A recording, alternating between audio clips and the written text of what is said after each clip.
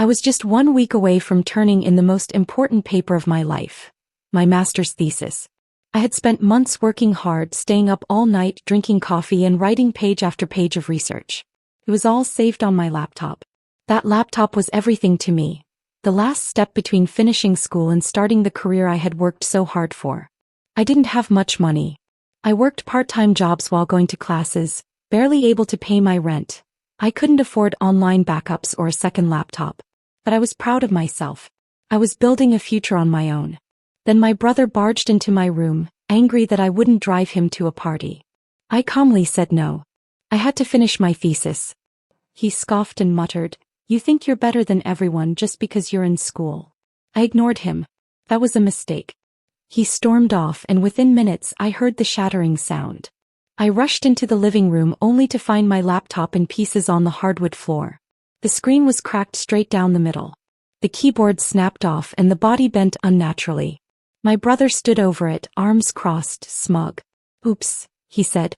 It slipped. I couldn't breathe. I dropped to my knees, staring at the ruins of my work. Every file, every draft, gone. I turned to my parents in tears, desperate for support, but they didn't even flinch. My mom chuckled and waved her hand. "It's just a computer. You're being dramatic." My dad shook his head amused. "You kids and your digital nonsense. Should have printed it out like people used to do." I felt like I was in a nightmare. My own family, the people who were supposed to care, were laughing while my dreams were being destroyed in front of me. And the worst part? They didn't even hide their favoritism. My brother shrugged. "Maybe next time, don't act like you're the only one who matters." I left the room in silence. I didn't scream. I didn't argue. I sat in the dark, heart racing, rage boiling in my veins. And in that moment I decided this wouldn't be the end of my story. It would be the beginning of my revenge. I scraped together every cent I had. I pawned my guitar, skipped meals and begged my professor for a deadline extension. I worked from campus computers, overnight shifts, using flash drives and Google Docs like my life depended on it, because it did. But while I was rebuilding my thesis in silence, I was also planning something else. You see, my brother's party boy persona was about to come crashing down. I started gathering receipts, literal ones, from all the things he'd charged on my parents' credit card. Fake IDs, alcohol, even a broken window from a wild night that he blamed on a neighbor. My parents never looked twice, but I did. And I waited. The day I submitted my thesis was the same day I scheduled a meeting with the dean's office. Not about me, but about a certain student who had recently plagiarized an entire assignment. My brother. I'd seen the original online. It was too easy. My parents still didn't know what was coming, but they would. I didn't speak to my family for a while after that day, not out of rebellion but because I needed every ounce of strength to rebuild what they tried to destroy. And as I clawed my way back to finishing my thesis, alone and unsupported, my brother walked around like he was invincible. My parents still coddled him like a golden child, oblivious to the storm brewing under their roof. The night I submitted my thesis, I didn't cry from exhaustion. I cried because I had survived. I had rebuilt everything he tried to erase. But I wasn't done. You see, while my parents praised my brother for things like finally getting a B or not wrecking the car this month, they hadn't once acknowledged the effort it took for me to make it to graduation. Not once did they ask if I was okay after the laptop incident. Instead, they spent money upgrading my brother's car stereo system and threw a barbecue in his honor for staying out of trouble. Meanwhile, I was patching my life together with duct tape and fury. But fate has a way of helping those who help themselves. My thesis was selected for a national award. I was to present it at a conference in Chicago. All expenses paid. I didn't even tell my parents. I just packed my one good outfit, boarded the flight, and stood in front of a hall full of professionals, professors, and innovators. People who saw me, valued me, clapped for me. The day after my return, I arrived home to chaos. My brother had been caught cheating again, and this time it wasn't just school. He had submitted a plagiarized article to a local magazine, using my name. I found out when the magazine emailed me for follow-up edits, thinking I'd written it. When I traced it, I realized it had been copy-pasted from an obscure blog word for word. I confronted him calmly, showed him the evidence. He laughed and said, "No one's going to believe you.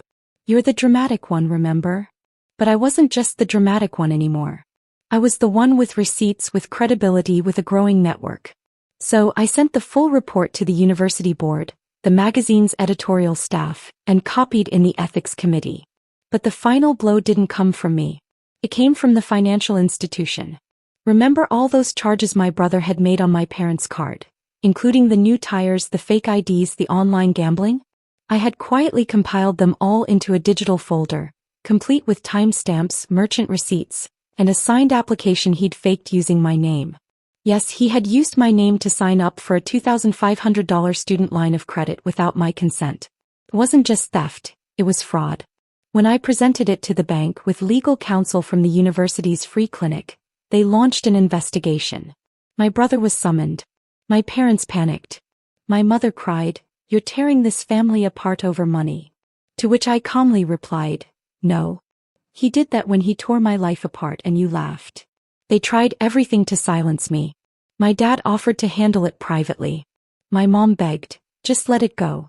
Family comes first." I stared at them blankly. I am family. You just forgot that part. The court date was set. My brother tried to claim mental stress. My parents tried to pin it on me for not telling them earlier. I brought emails, screenshots, evidence, and a calm, collected demeanor that stunned them into silence. But I wasn't seeking jail time. I wanted justice. I wanted him to face what I had to, rebuilding from nothing. So I demanded full financial restitution for the damages, the cost of the laptop, the thesis recovery process, the forged credit, $75,000. And the judge agreed. My brother's accounts were frozen. My parents, out of desperation, offered to settle it within the family. They even said, "You owe her that much. She's the favorite." That was the final nail. Because that's when I realized they would never see me as a daughter, just a tool to keep their golden son clean. So I walked away. And the next time they tried to reach me, they received an auto reply. "This number is no longer in service. Please contact your favorite child instead." 6 months passed in silence. My parents didn't call. My brother tried once to blame me for ruining his future. But I was done answering to people who never listened when I was crying, who only remembered I existed when they needed something signed or silenced. I moved to a different city, took a job at a think tank that paid me well, valued my ideas, and, more importantly, respected my name. But the universe wasn't finished with them yet. One evening, I got a call from a woman named Olivia. She was the editor-in-chief at a rising investigative journalism outlet, and she was following a lead on academic fraud cases linked to a certain university.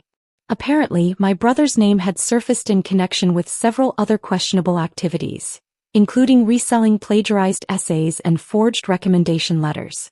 She'd heard about the court case and found my name on the transcript. "I'd love to hear your side of the story," she said. At first I hesitated, but then I realized something. My silence had protected them for too long. So I agreed. I didn't trash them. I didn't go for drama. I simply told the truth. How a girl's academic future was nearly crushed by her own brother. How her parents laughed and defended the guilty while watching their daughter drown. And how they begged only when the courts got involved. The article went viral within days. Title: Family Loyalty or Family Scapegoat. One woman's fight against toxic silence. My old professor shared it. Former neighbors sent me messages. A teacher from high school reached out to say, "We always knew you were the strong one." But my family, they lost everything they cared about, their reputation. My mother's book club canceled their invite. My father's promotion at work was quietly withdrawn due to integrity concerns. And my brother? He was blacklisted from academic opportunities and internships, because people had receipts now. Not rumors. Not gossip. Facts. And here's the twist they never saw coming. The think tank I worked for? We acquired a historic family estate in my hometown to turn into a retreat and innovation center. Guess who used to host their family reunions on that exact property? Yes, my parents. I didn't buy it out of revenge. I bought it because the property was ideal, serene, symbolic, and spacious. But when the time came for their annual reunion, they reached out to book it like they always did, and I was the one who received the request. I didn't respond. I just had my assistant send the new policy. Bookings subject to owner approval. Family members with unresolved litigation or history of abuse will be declined. They received the message loud and clear. But it wasn't over. A week later, I was at the estate preparing for our annual retreat when I saw a familiar car pull up. My parents stepped out, aged, tired, and humbled in a way I'd never seen. They didn't recognize me at first. I was in a crisp white suit, walking beside the program director and keynote speakers. I looked nothing like the girl who once begged them to listen. My mother's lips trembled. My father looked like he'd swallowed a stone. "We didn't know it was you who..." I held up a hand. "You did. You just didn't think I'd ever own anything." They tried to explain. "Apologize." My mom said, "We were scared you'd turn the world against your brother." I smiled calmly. "No. He did that all by himself. I just stopped protecting him."